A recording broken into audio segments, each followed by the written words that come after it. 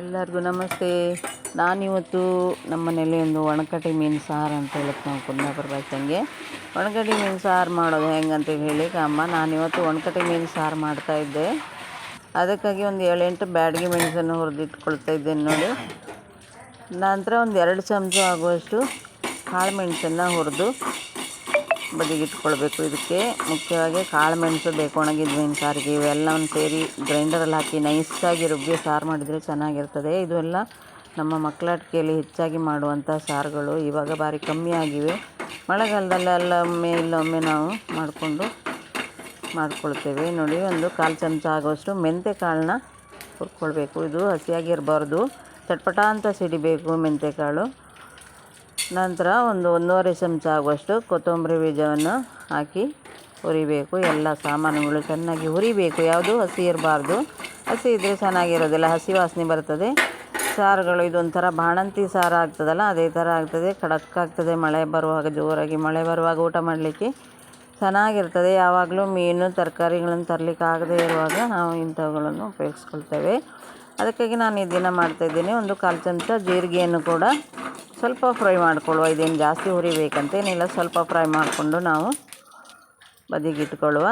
ನಂತರ ಮುಖ್ಯವಾಗಿ ಇದಕ್ಕೆ ಒಂದು 2 ಚಿಟಿಕೆ ಆಗುವಷ್ಟು ಓಂಕಾಳನ್ನು ಹುರ್ಕೊಳ್ಬೇಕು. ಓಂಕಾಳು ಹಸಿಯಾಗಿರಬಾರ್ದು, ಚಟಪಟ ಅಂತ ಸಿಡಿಯುವಾಗಲೇ ತೆಗಿಬೇಕು, ಬೇಗನೆ ಕರಟಿ ಹೋಗ್ತದೆ. ಇದು ಭಾರಿ ಚಿಕ್ಕದಾಗಿರೋದ್ರಿಂದ ಚಟಪಟ ಸಿಡಿಯುವಾಗಲೇ ತೆಗೆದು ಹಾಕ್ಕೊಳ್ಳುವ. ಮಸಾಲೆ ರುಬ್ಬಲಿಕ್ಕೆ ಮಿಕ್ಸಿ ಜಾರಿಗೆ ಹಾಕಿ ರೆಡಿ ಮಾಡ್ಕೊಳ್ಳುವ. ನೋಡಿ, ಒಣಕಟ್ಟೆ ಮೀನು ಯಾವ ಥರ ಇದೆ ನೋಡಿ. ಒಣಕಟ್ಟೆ ಜಗ್ಗ್ ಅಂತ ಹೇಳ್ತೇವೆ ನಾವು ನಮ್ಮ ಕುಂದಾಪುರ ಭಾಷೆಯಲ್ಲಿ.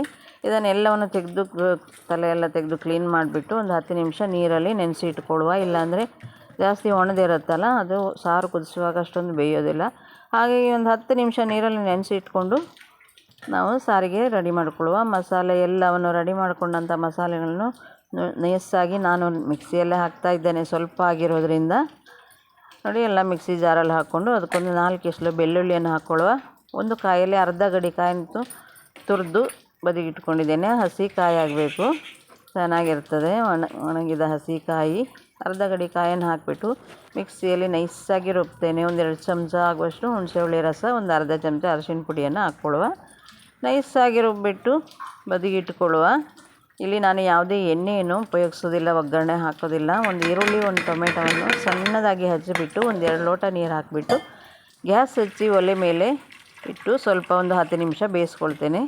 ಚೆನ್ನಾಗಾಗ್ತದೆ ಆಗ ನೋಡಿ. ಬೇಯಿಸ್ಕೊಳ್ತಾ ಇದ್ದೇನೆ. ಮಸಾಲೆ ರುಬ್ಬಿ ಬದಿ ಇಟ್ಕೊಂಡದ್ದನ್ನು ಬೇಯುತ್ತಿರುವಂಥ ಈರುಳ್ಳಿ ಟೊಮೆಟೊಗೆ ಹಾಕಿ ಕುದಿಸ್ಕೊಳ್ಳುವ. ಇದಕ್ಕೆ ಎಷ್ಟು ಉಪ್ಪು ಬೇಕು ರುಚಿಗೆ ತಕ್ಕಷ್ಟು ಉಪ್ಪನ್ನು ನಾವು ಹಾಕ್ಕೊಂಡು ಕುದಿಲಿಕ್ಕೆ ಬಿಡೋಣ. ಕುದ್ದ ನಂತರ ನಮ್ಮ ಕುಚ್ಚಲಕ್ಕಿ ಅನ್ನಕ್ಕೆ ಇದು ಬಹಳ ಸೂಪರಾಗಿರ್ತದೆ. ಒಣಗಿದ ಮೀನನ್ನು ಕೊಡುವ ತೊಳೆದ್ಬಿಟ್ಟು ಇದಕ್ಕೆ ಹಾಕ್ಕೊಳ್ಳುವ. ನನ್ನ ಚಾನಲ್ಗೆ ಯಾರಾದರೂ ಹೊಸಬರು ನೋಡ್ತಾ ಇದ್ದರೆ ಸಬ್ಸ್ಕ್ರೈಬ್ ಮಾಡಿ, ಶೇರ್ ಮಾಡಿ, ಕಮೆಂಟ್ ಮಾಡಿ ಸ್ನೇಹಿತರೆ.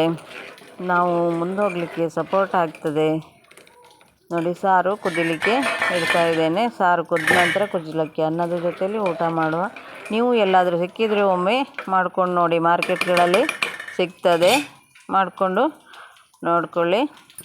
ಕುದೀತಾ ಇದೆ ನೋಡಿ, ಹೇಗೆ ಕುದೀತಾ ಇದೆ.